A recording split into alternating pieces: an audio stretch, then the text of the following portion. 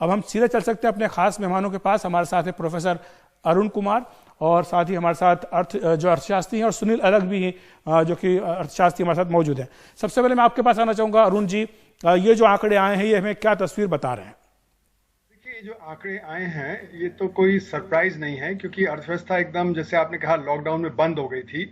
और ये आंकड़े भी पूरे नहीं है, क्योंकि इसमें असंगठित क्षेत्र के आंकड़े नहीं आते हैं, बल्कि जो अगर आप रिपोर्ट देखें तो वो कह रहे हैं कि अभी हमारे पास पूरे आंकड़े आए ही नहीं है और ये रिवाइज होंगे आंकड़े।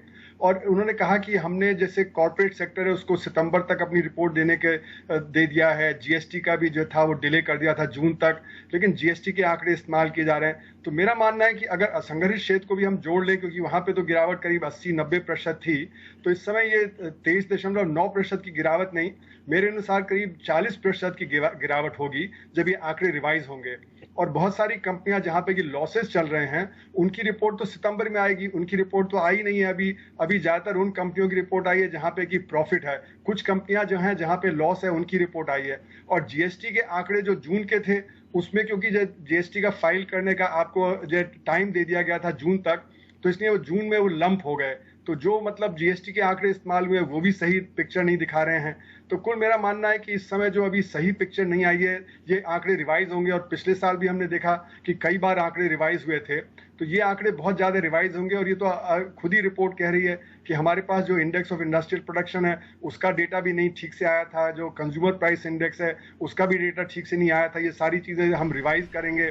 तो मेरा मानना है कि स्थिति बहुत ही गंभीर है और भारत की स्थिति बाकी देशों से ज्यादा गंभीर इसलिए है क्योंकि हमारे यहाँ असंगठित क्षेत्र बहुत होता है।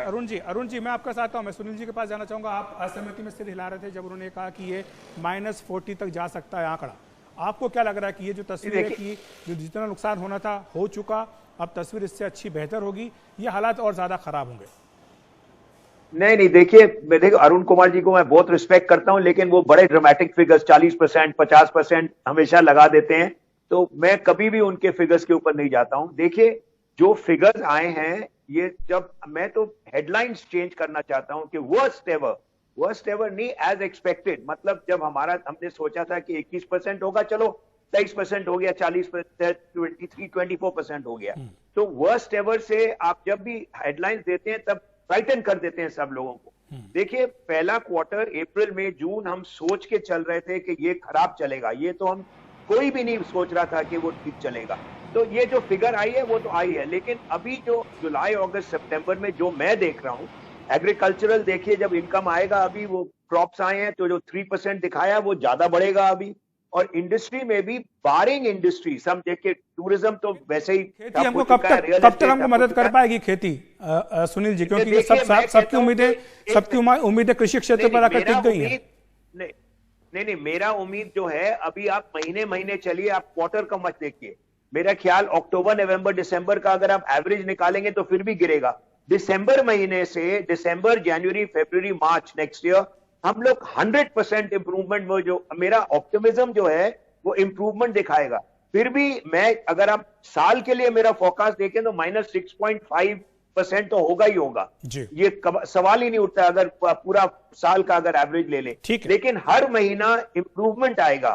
तो अब ऑप्टिमिज्म, अब गवर्नमेंट को क्या करना है, ये तो हो गया है। अब आप उनसे पूछिए, अरुण जी से पूछिए, फिर मेरे से आ जाइए, पूछे कि आगे हम क्या करें। मैं आता हूं इस पर भी चर्चा करूंगा सुनील जी। मैं अरुण जी के पास जाना चाहूंगा। अरुण जी, 6-7 साल पहले तक भारत की जो अर्थव्यवस्था उसको फ्रेजाइल अर्थव्यवस्था के रूप में माना जाता था।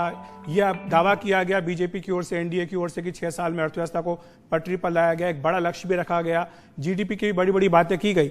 लेकिन आज जब आंकड़े आ रहे हैं तो हम ये पा रहे हैं कि जो G7 देश हैं या जो बाकी देश हैं उनकी तुलना में हमारी अर्थव्यवस्था में इस क्वार्टर में काफी नुकसान हुआ है।